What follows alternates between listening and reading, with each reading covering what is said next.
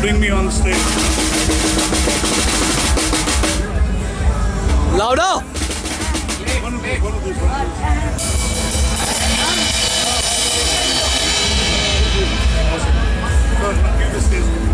I have the mic.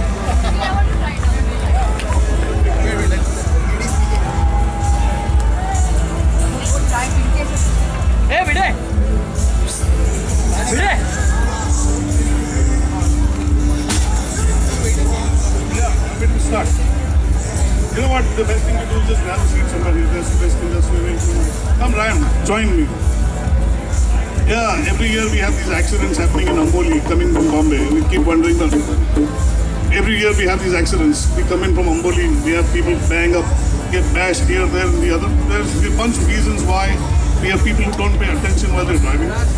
People come from Delhi, people come from Chandigarh, people come from Chennai. The main reason why people land up getting into accidents is because you lose your concentration, you lose your confidence in certain amount of skills.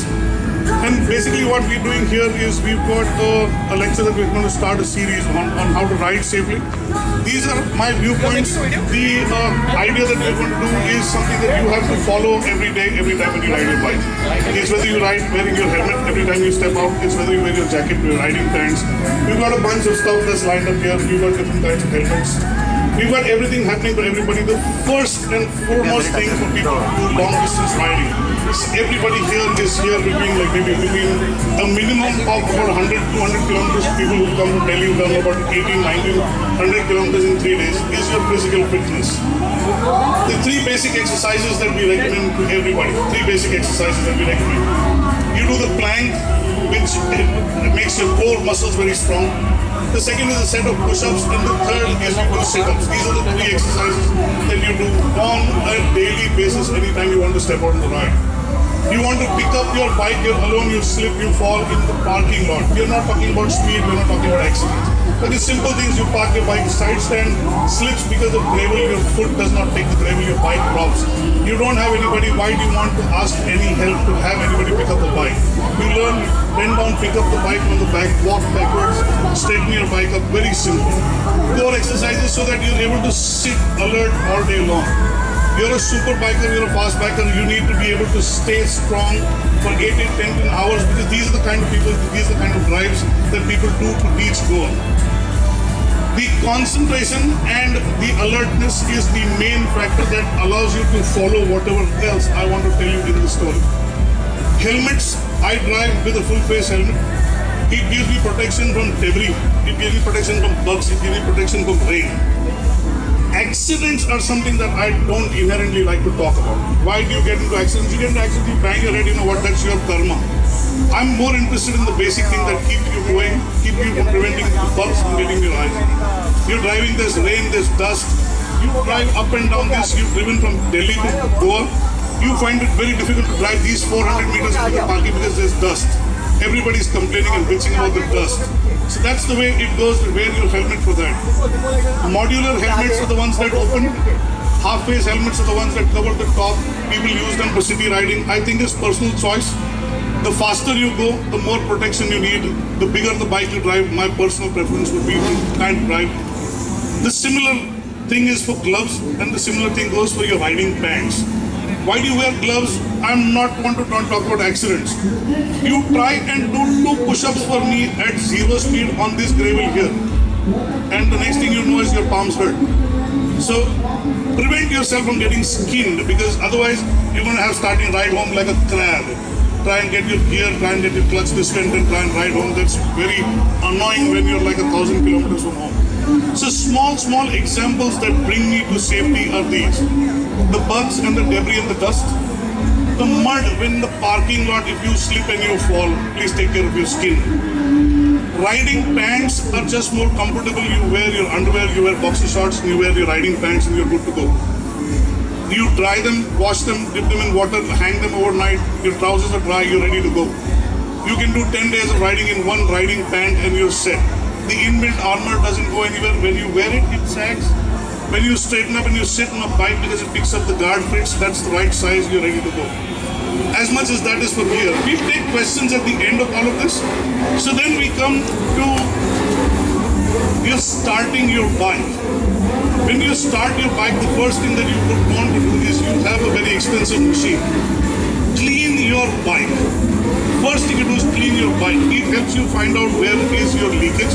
It finds out where are the transmission oils coming from. Harley boys drive belt-driven bikes, one worry less. You gentlemen who drive the bigger bikes, you have got chain-driven belts. It allows you to see, is my belt tight? Is there any kink in my belt? Very simple things that you, just like 2 drops of oil, 400-500 kilometers you're set to go. Any cleaning will allow you to find out, is there a nut loose? Is there a washer coming off? Is my mirror now become loose and I want to change my mirror? Once you get this done, the electrical and your tires. Flip your horn, flash your headlight, look at the wall in the front, you're set. These are small things that save your life. These are small things that just take you through your ride very safe and sound. Once you're done with your check, I break up the rest of my talk, which is really fast. Starting, riding on straights, riding on bends, and group riding. That's about it, right? When you start, the ideal way to start would be to start in a straight line. You pick up your bike, and where do you want to go? Don't start to park your bike here and want to go around there, because you may not have picked up your feet. Your foot could get caught in something there. So the ideal way to start would be to pick up your bike, sleep, go straight. The first 5-10 feet, you just go straight. When you park your bike, make it a habit. When you park your bike, make it a habit that you be up front, look straight. This is where I want to go. You start, so if I was to turn around where Ramesh is standing, I would ride with this gentleman up here. I would ride these 5-10 feet and then make a left. You have time to put your feet up. You've seen people who ride bikes sitting, they start, you put in first gear and keep both your feet like 2 inches off the ground and drag your feet and go. It looks nice. You have heels. You know what will happen if you do that? One day you're going to hit a manhole cover that's out. You hit a manhole cover at 10 kilometers an hour in first gear. What's going to happen is this is going to happen. You're going to have to come home, park your bike and go to sleep. You're not going to go anywhere. You're not going to go anywhere. So very simple, very simple. Don't drag your feet. It just does not look good. You want to do it in the mud, that's your choice. It's a bad habit somewhere down the line if you get hit with a manhole cover. There's a stone.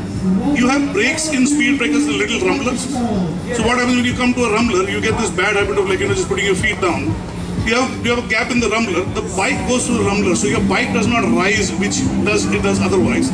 You will hit your heel on the rumbler and hurt your knee. Very simple, don't do start. Big bikes have a very funny thing that happens when you start the bike.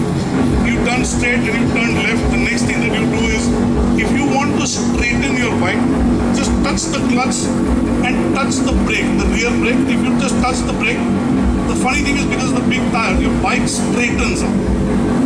The bike straightens up. These are things that I can talk only in theory here. When you go out and you sit on your bike, you stop somewhere at a turn and you just watch. You start turning, you start, and you just clutch and you straighten. You find that the bike straightens up. You learn that as an art to just improve your own riding. Be smart with your own riding. Every time you go out, be smarter than what you were the last time. Just don't sit on the bike, keep riding. Just get smarter. Every time you get out, be smarter.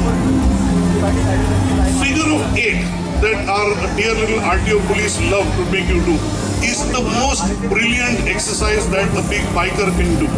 In your building compound, in a ground, anywhere that you go, wear gloves and wear knee guards if you're trying this for the first time, because it's very simple. You will fall at one point in time if you don't realize that you've gotten the clutch out. It will teach you how to leave your clutch when you're out like this. It will teach you how to leave your clutch when you're in like this. On both counts, when you do this, it is extremely important that you wear gloves and you wear knee guards, because in your building, if you fall, you're trying to improve your riding, don't hurt yourself while you're doing it. Don't hurt yourself while doing that. On straights, does anybody have pencil? It's a very interesting thing. Okay. On straights, can you tell me how can this help you on a straight? Riding a bike on a straight, super bike, fast bike, 600,000, 1,200. You use this, you imagine this being here. You're wearing a helmet, you imagine this being here. If you have to look down and ride, it is too late for you to do anything. Imagine this pencil being under your chin at all times. Just don't look down. Make it a habit to look in the front. Make it a habit. We have a lot of new bikes coming. Triumph's launching bikes every year. Harley's got a bunch of bikes. Aprilia, Moto Guzzi, big boys launching bikes. People who have not had the chance of buying big motorcycles today, even though they had the money, have the chance to buy big bikes. So we graduate from what? We graduate from the Bullet, we graduate from the Pulsars, and we graduate from the fast Indian bikes to now bikes that are like really, really quick. All the time you drive in a Pulsar, your maximum look is there. That is your habit because that is the city traffic that you've been used to riding. Now you've got a big bike. What do you want to do for the weekend? You want to go to Goa. If you're from Bombay, you want to go to Ahmedabad. If you're from Delhi, you want to go to Jaipur. Once you start doing that riding, that look is not going to help you. If you see a khud over there in the road, it is too late. New rims are on their way. You have to have new rims. We have got about 10 or 15 street 750s lined up in the showroom where I come from in Bombay for only one reason is bent and broken rims. At 35-40,000 bucks for those rims, you're spoiling a good dream, you're spoiling a good bike. Similar things apply for bikes with slimmer profile tires. Look down. Just keep remembering this very simple thing. Just keep your chin. Keep this under your chin. And ride and force yourself that I'm going to look in front. Learn how to ride that. Learn how to ride that. While you're riding, all the time play imaginary games. What is going to come around that corner? What is this guy doing? Is he talking on the phone? When you cross a petrol pump, you look in a petrol pump to see is your friend there.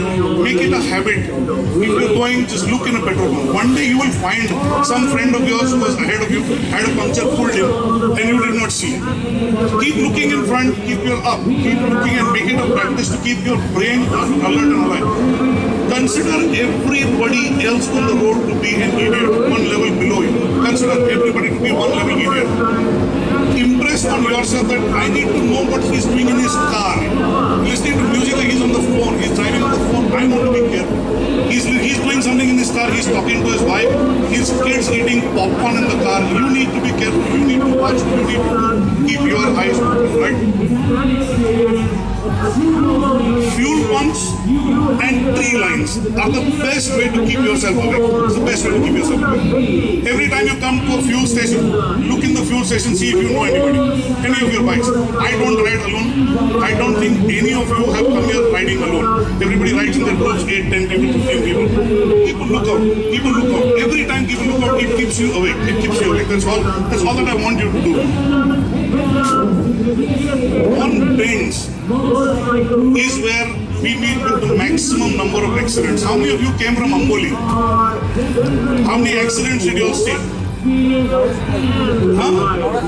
You came early. There you are. He squared off for you. We had an iron hit by BMW. We had an XR 1200 that ran off the road. We had 2 super bikes that crashed in the gravel on the road. Why does it happen every time in Amboli? This is the 3rd IBW this year. Every time we come from Amboli, we have bikes crash. You agree? Every time you come from there, people crash for 2 reasons. It is the first time that people in India find 26 kilometers of downhill. No other place. I'm from Bombay. For me, there is no 26 kilometer downhill other than Amboli. So when we come to Amboli, what people do is instead of being in 2nd gear, people are racing in 3rd using the brake. I use 2nd to pick up speed on the bend. I put it in 3rd. I come to brake. After 26 kilometers of braking downhill, your brakes are not going to work. The brakes are not going to work. Keep your bike in gear. Keep your bike in gear. Just keep it on the throttle. Keep it in the gear. Keep it in the gear. 2nd, 3rd. At one point, if you are coming to a U-turn, you find an ST bus coming. You might even notch it up to 1st gear. 1st gear, slow down. But if you are there going to be squeezing your brakes because that ST bus came around the bend, 26 kilometers down the road, at kilometer 24, 25, we have got people, you will find them off the road slides, crash. Small crashes that injure your ego. Gujarat boy crashed yesterday, XR 1200. The problem with the crash was that he got off fine. His wife was in a car 2 kilometers down. He said, "मैं मेरे बीवी को क्या बोलूं?" Don't do this, now. It's your ego, it's your bike. Don't damage your bike, don't damage your ego. Stay on the line, stay on the course. On bends, there is a very simple thing that I learned while reading a lot of books, learned a lot of things by reading magazines that I want to share with you. What happens when you brake is you lean forward. What happens when you brake is you lean forward. Your front tire is thinner than your rear. The front tire is not able to take the weight of the bike. So what happens is that instead of turning right, you can follow my mannerisms, right? You use your bike, instead of turning right, you start to veer out to the edge. What happens is, in that panic, you hit the brake even harder. You hit the brake even harder, the front is going to get even more loaded, even more unbalanced, you're going to run off the road. We had a Suzuki Intruder that went off yesterday. Run of Kutch, who had been for Run of Kutch? 7 bikes on the bends between Ahmedabad and Bhuj, right? Ma'am, you agree? 7 accidents for only one reason, that you come into a bend, you realize that I have misjudged the bend. The next thing you do is you tap the brake, your front is loaded, I'm not going to make the turn. You have nothing except holding your handle straight and just going riding off straight. Boom, off the road. Just off the road. It's a disaster. Therefore, what do? Learn this same thing. Learn this same thing. This is the only thing that's going to save you. If you have a bend coming up around the corner, check your speed here, drop a gear here, correct your speed before you enter the bend, and then when you enter the bend, I want you to hold your throttle so that you are permanently loaded on the back wheel at all times through the bend. This is the only key that will help you getting through bends. It is the biggest reason for having accidents in India. Of all the bikes that we've got, including the Harleys, including the super bikes, the major cause of accidents is running wide on turns that people are just not able to handle turns. Is everybody looking at the turn like this? You come in at 120, you realize, oh my God, I'm not going to make this turn. Hit the brake, bike straightens up. Every one of you knows this. It's happened to everybody. So then working on this takes a lot of time. Every time you have to remember that there was this guy on stage who came and told me, pencil under my chin, look up, correct your speed before entering the bend. Correct your speed before entering. It is a personal habit. Only you can do it. Nobody else can help you. Nobody else can help you. Anybody who's in the Igatpuri range from Nasik to Bombay? Anybody from here?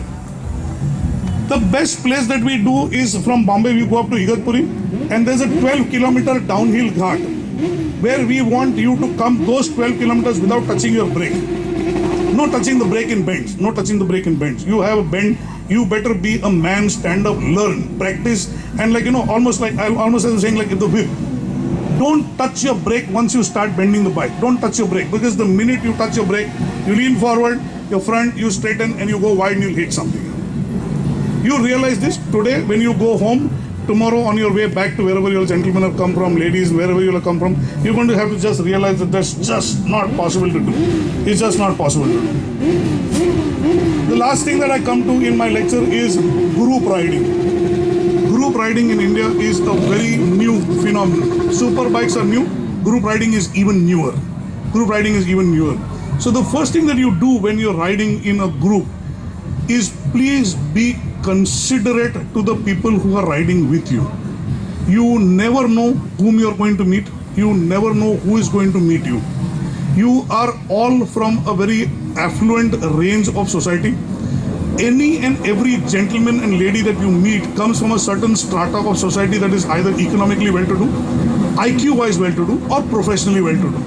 There are very few people who come with no money and a bike like that. It cannot happen. So you give credit to the guy that he runs a business that's successful.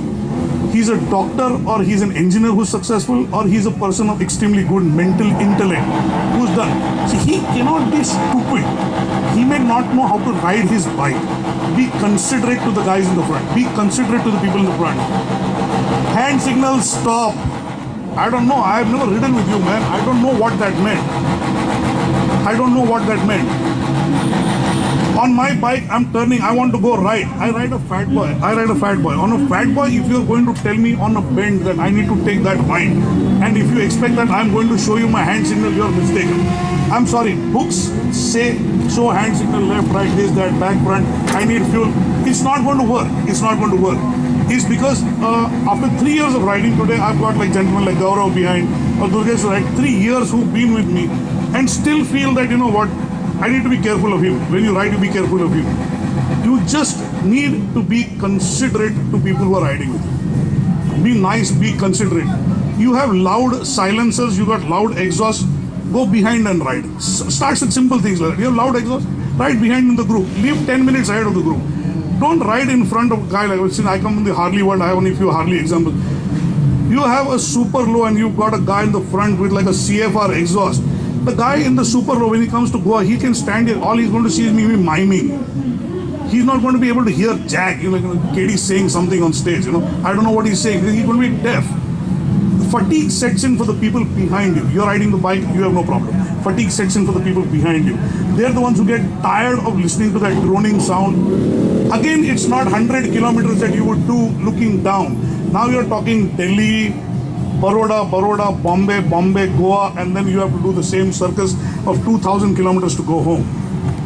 So first rule is be considerate. Second thing is hand signals, be very careful. Expect that they're not going to happen.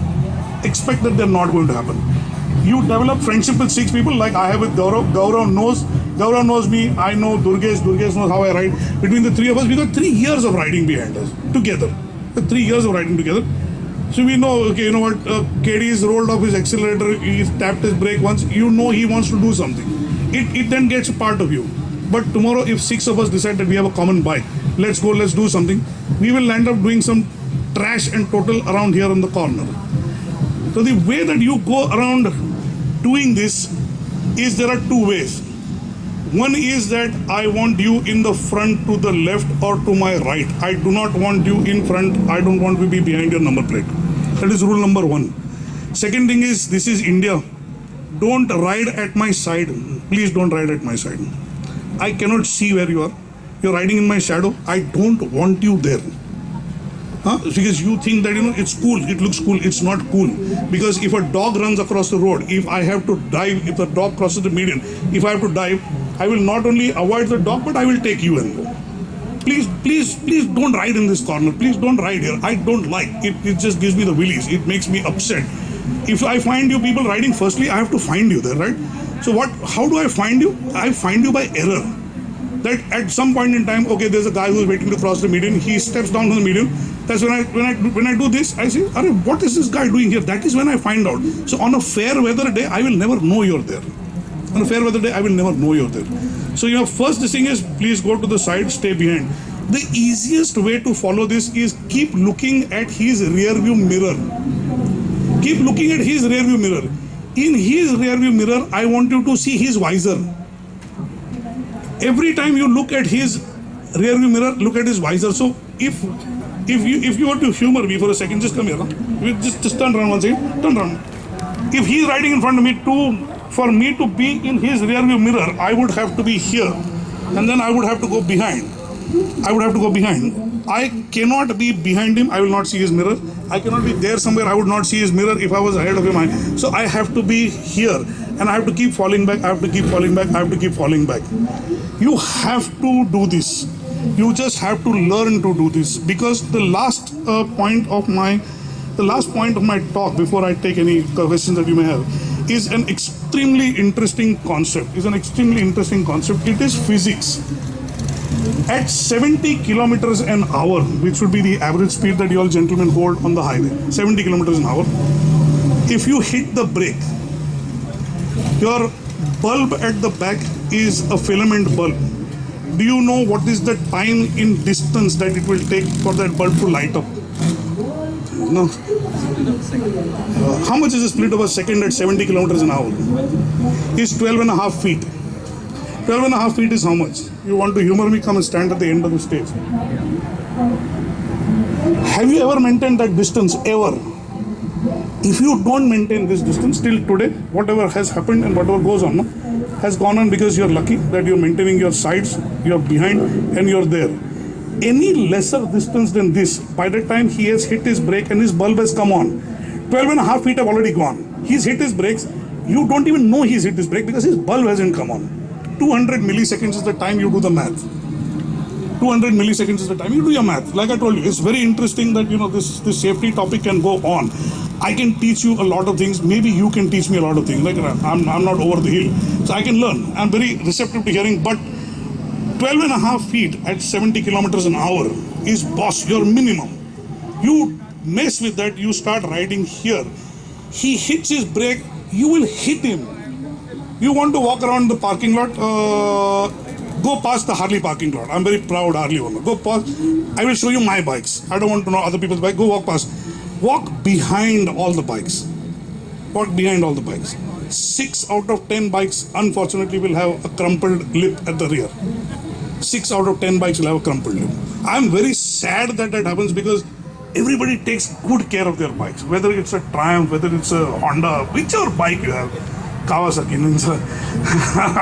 You have a Harley too, right? See, you whichever bike you have, everybody takes good care. But one tap from behind, you tap first gear, you come speed breaker. You've driven the big bike, the one with the rear big tire. You have rumblers. His bike can do rumblers at 60 kilometers an hour. Nothing happens. She has a super low. If she tries super low at 60 kilometers an hour on the rumbler, she'll shake all her teeth, brains, helmet, everything, right? She has to come in at 2 kilometers an hour. Is he expected to know how every bike runs? Is he expected to know how a Triumph runs? Is he expected to know how a Ninja runs? He cannot. Nobody can. So what helps you is this distance. Keep back. Stay away from people. Stay away from people when you're in formation. It's like sincere requests, all these things. From the start, your helmet, you're starting. Wash your bike, clean your bike, your lights, your horn. Just get up, blip your horn once, make sure these are things that say. Wear gloves, wear riding pants, wear your jacket. We have very bright reflective jackets. We've got reflective jackets that every bike company makes. Private companies like Joe Rocket, I can make. You have helmets from Shoei, RI, you've got helmets from a bunch of companies.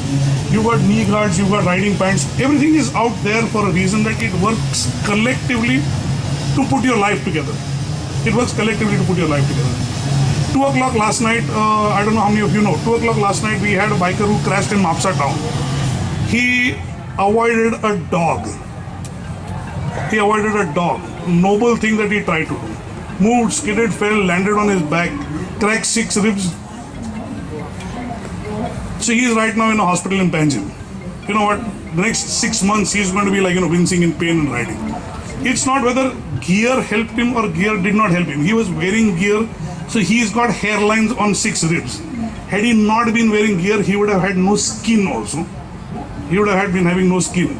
So I'm not saying that gear is going to save your life. It's just going to make your life a whole lot better. It's just going to give you this whole place that you want to live.